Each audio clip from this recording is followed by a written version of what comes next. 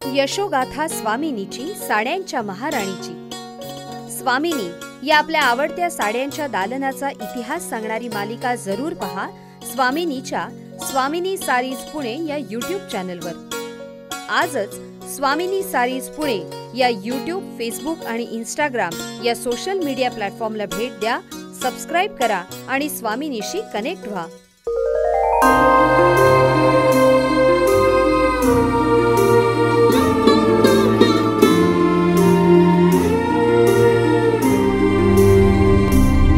आनंदाश्रूंची साक्षीदार स्वामिनी, साड्यांची महाराणी स्वामिनी.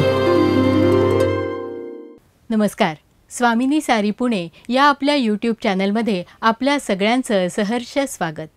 साड्यांच्या महाराणीची म्हणजेच स्वामिनीची यशोगाथा आपण प्रश्नोत्तरांच्या माध्यमातून स्वामिनीचे रियाजभाई उर्फ आपले लाडके अब्बूजी यांच्याशी गप्पा मारत ऐकत आहोत.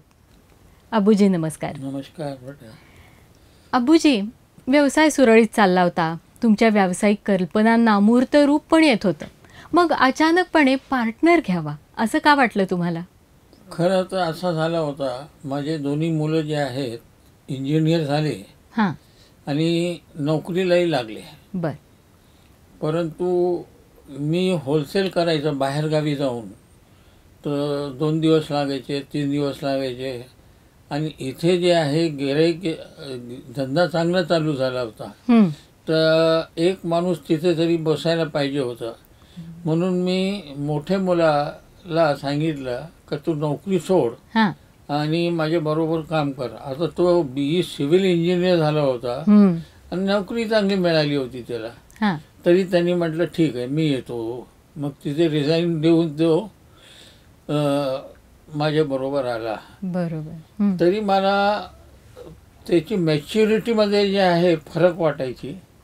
तर मग माझ्या बरोबर एक काम करणारे होते सेल्समन, ते थोडेसे तब्येतीने बरे होते, बोलायला चांगलं होतं मी, आणि थोडं अंगापिंडाने चांगले होते. बर. आणि थोडेसे लोक त्यांना भ्यायचे पण, त्यांचे बोलणे असे होते दाटपणाने, थोडा धाक वाटायचा.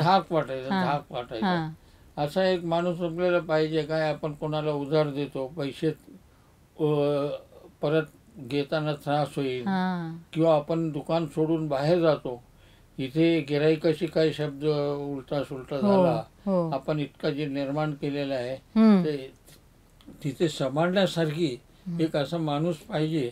तर माझ्या डोक्यात तो आला. माझ्या बरोबर सेल्समन आहे, तर त्याला मी जाऊन सांगितलं का बाबा, मित्रच होता, का तू असं कर, ही नोकरी सोड आणि माझ्या बरोबर त्या पार्टनरशिपमध्ये आ. तू बोले नाही माझ्याजवळ पैसे वगैरे काय नाही. मी म्हटलं खांदा आहे ना तुला, खांद्याला खांदा टेकून माझे काम कर, आपण 50-50 पार्टनरशिप करूया.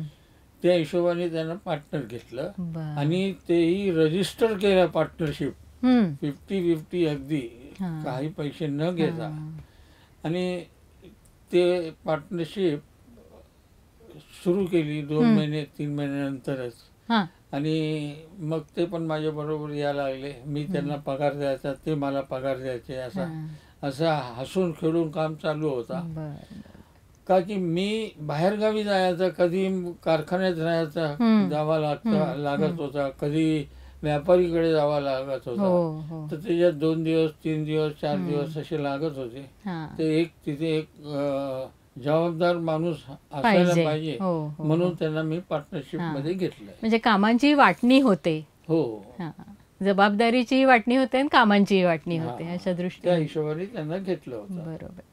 साड्यांच्या महाराणीचा, स्वामिनीचा हा जीवन प्रवास आपण यशोगाथा स्वामिनीची, साड्यांच्या महाराणीची या कार्यक्रमात असाच पुढे पाहणार आहोत.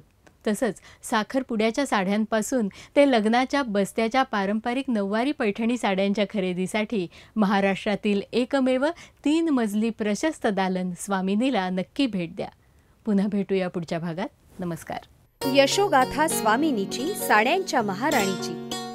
स्वामिनी या आपल्या आवडत्या साड्यांच्या दालनाचा इतिहास सांगणारी मालिका जरूर पहा स्वामिनीच्या स्वामिनी सारीज पुणे या यूट्यूब चॅनलवर. आजच स्वामिनी सारीज पुणे या यूट्यूब, फेसबुक आणि इंस्टाग्राम या सोशल मीडिया प्लॅटफॉर्मला भेट द्या, सबस्क्राईब करा आणि स्वामिनीशी कनेक्ट व्हा.